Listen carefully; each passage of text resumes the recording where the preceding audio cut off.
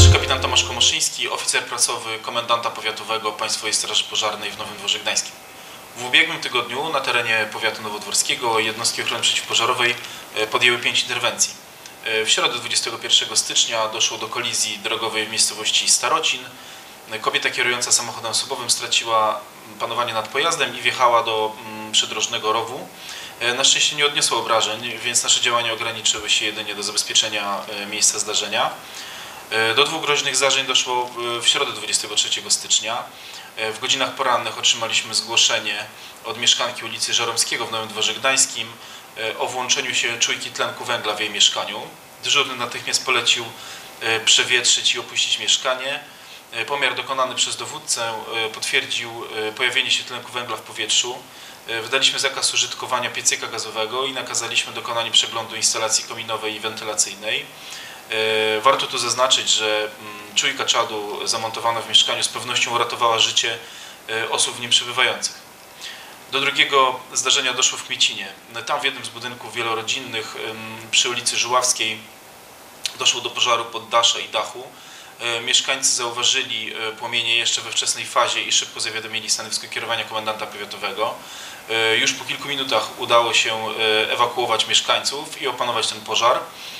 Straty są niewielkie, gdyż spaliło się jedynie około 2 m2 powierzchni dachowej, a budynek nadaje się do zamieszkania. Ponadto odnotowaliśmy 1 niegroźny pożar śmietnika oraz 1 alarm fałszywy z monitoringu pożarowego. Młodszy aspirant Paulina Grzesiowska, oficer prasowy komendanta powiatowego Policji w Nowym Dworze Gdańskim. W minionym tygodniu na nowodworskich drogach doszło do 4 kolizji, a policjanci udaremnili dalszą jazdę 2 nietrzeźwym rowerzystom i 1 nietrzeźwemu kierującemu samochodem. Do tej ostatniej interwencji doszło w poniedziałek wieczorem około 21 na ulicy Krasińskiego w Nowym Dworze Gdańskim. Tam policjanci kontrolowali Volkswagena Polo, którym kierował 25-latek z naszego powiatu. W trakcie sprawdzenia jego stanu trzeźwości okazało się, że ma w organizmie około 1,7 promila alkoholu i dodatkowo po sprawdzeniu jego danych w policyjnych systemach informatycznych okazało się, że w ogóle nie posiada uprawnień do prowadzenia pojazdów.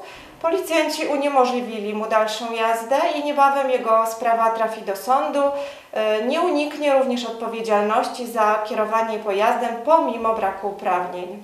W poniedziałek i w środę funkcjonariusze z ruchu drogowego naszej jednostki prowadzili na nowodworskich drogach wzmożone działania prewencyjne pod nazwą Trak i Bus.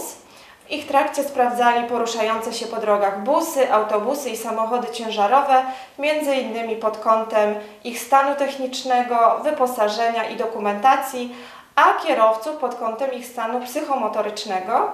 W trakcie tych kontroli policjanci ujawnili 29 wykroczeń, z czego 17 popełnionych było przez kierujących samochodami ciężarowymi. Mundurowi zatrzymali też 10 dowodów rejestracyjnych, a 2 pojazdów nie dopuścili do dalszego ruchu. Wszyscy kontrolowani w czasie tej akcji kierowcy byli trzeźwi.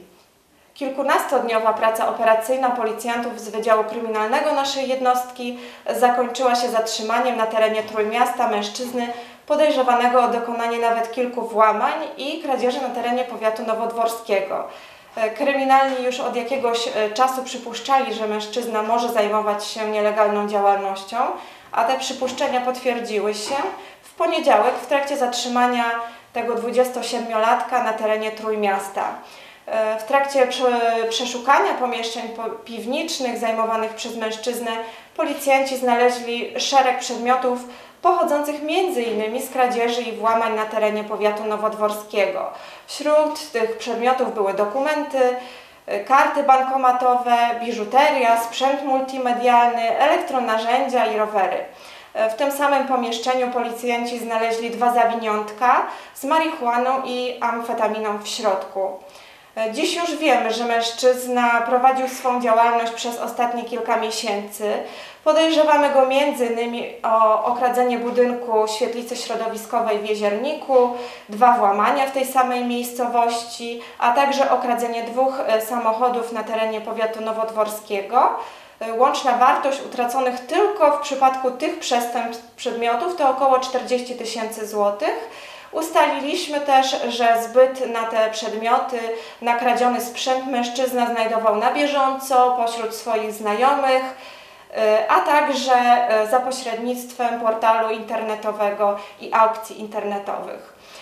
Mężczyzna usłyszał już wstępne zarzuty dokonania kradzieży z włamaniami i posiadania narkotyków.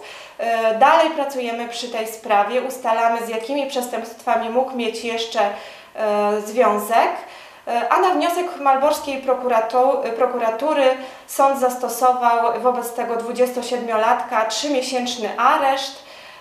Za włamania grozi kara pozbawienia wolności na czas od roku do 10 lat.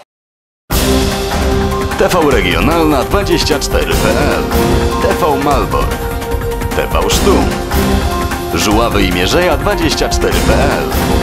To my tu kręcimy.